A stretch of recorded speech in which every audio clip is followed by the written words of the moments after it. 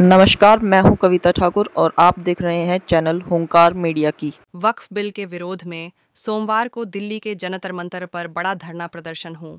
All India Muslim personal law board ने विरोध प्रदर्शन का आयोजन किया, जिसमें मुस्लिम धर्मगुरुओं के अलावा एआईएमआईएम चीफ ओवैसी और सपास सांसद अवधेश प्रसाद भी शामिल हुए। लेकिन इस विरोध में आज़ाद समाज पार्टी के मुखिया नहीं पहुंचे। हालांकि उन्होंने यूपी से ही वक्फ बिल का विरोध किया और बताया कि वो प्रदर्शन में क्यों शामिल नहीं हो पाए। जिस दिन से ये बिल पार्लियामेंट में इंट्रोड्यूस हुआ था उस दिन से लेके और फिर इस पे जेपीसी बनी, मैंने मांग की थी। हमने पहले दिन भी विरोध किया जब ये इंट्रोड्यूस हुआ, फिर मैंने जब जेपीसी बनी उसमें मांग की कि मुझे उसमें रखा जाए। उसके अलावा जहां जहां ये जेपीसी की टीम गई है, कमेटी गई, वहां वहां हमारी पार्टी ने ज्ञापन देकर इसका विरोध किया, चाहे वो झारखंड में हो या बिहार में हो। ये तो all India Muslim personal law board ने किया है। आज असल मेरी कोर्ट की तारीख थी और मैं आते आते लेट हो गया, तो मैं उसमें व्यक्तिगत रूप से शामिल नहीं हो पाया, लेकिन हमारा पूर्ण समर्थन उनको है। और अगर वो भी नहीं करेंगे तो हम भी इसके खिलाफ प्रोटेस्ट करके अपनी पार्टी के बैनर पे सरकार द्वारा किए जा रहे इस अन्याय को रोकने काम करेंगे। चंद्रशेखर के मुताबिक उनकी कोर्ट की तारीख थी, इसी वजह से वो जंतर मंतर पर हुए प्रदर्शन में नहीं पहुंच पाए, लेकिन उनका और उनकी पार्टी का इस प्रदर्शन को पूरा समर्थन है।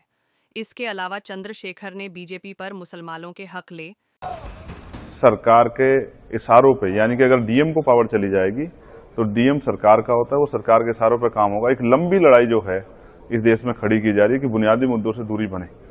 जब इस तरह के रोज विवाद होंगे तो जो एससी एसटी ओबीसी के बुनियादी मुद्दे हैं वो बुनियादी मुद्दों पर चर्चा नहीं होगी, रोटी कपड़ा मकान पर चर्चा नहीं होगी। और एक हिंसक समाज बनाने के लिए और मुसलमानों के जो हक है उनको लूटने का प्रयास सरकार कर रही है।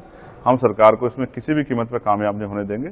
बीजेपी कितनी मुसलमानों की हितैषी है ये तो सब लोग जानते हैं। इसका उदाहरण संभल भी है, इसका उदाहरण अयोध्या भी है। सारे उदाहरण इस बात के को स्पष्ट करते हैं कि बीजेपी जो है वो सीए एनआरसी मुसलमान से कितना प्रेम करती है। इनका प्रेम वो ऐसा ही, बिल्कुल ऐसा ही है कि जैसे किसी का कत्ल भी हो जाए और उसको रोने भी ना दिया जाए। मैं स्पष्ट तौर पर कर दूं कि बीजेपी की जो मंशा है मुसलमानों को कुचलने की, हम लोग इसको कामयाब नहीं होने देंगे। बीजेपी पर आरोप लगाने के साथ चंद्रशेखर ने केंद्र की मोदी सरकार को खुलकर चेतावनी दे दी कि बीजेपी मुसलमानों को किसी भी कीमत में पूंछल नहीं पाएगी।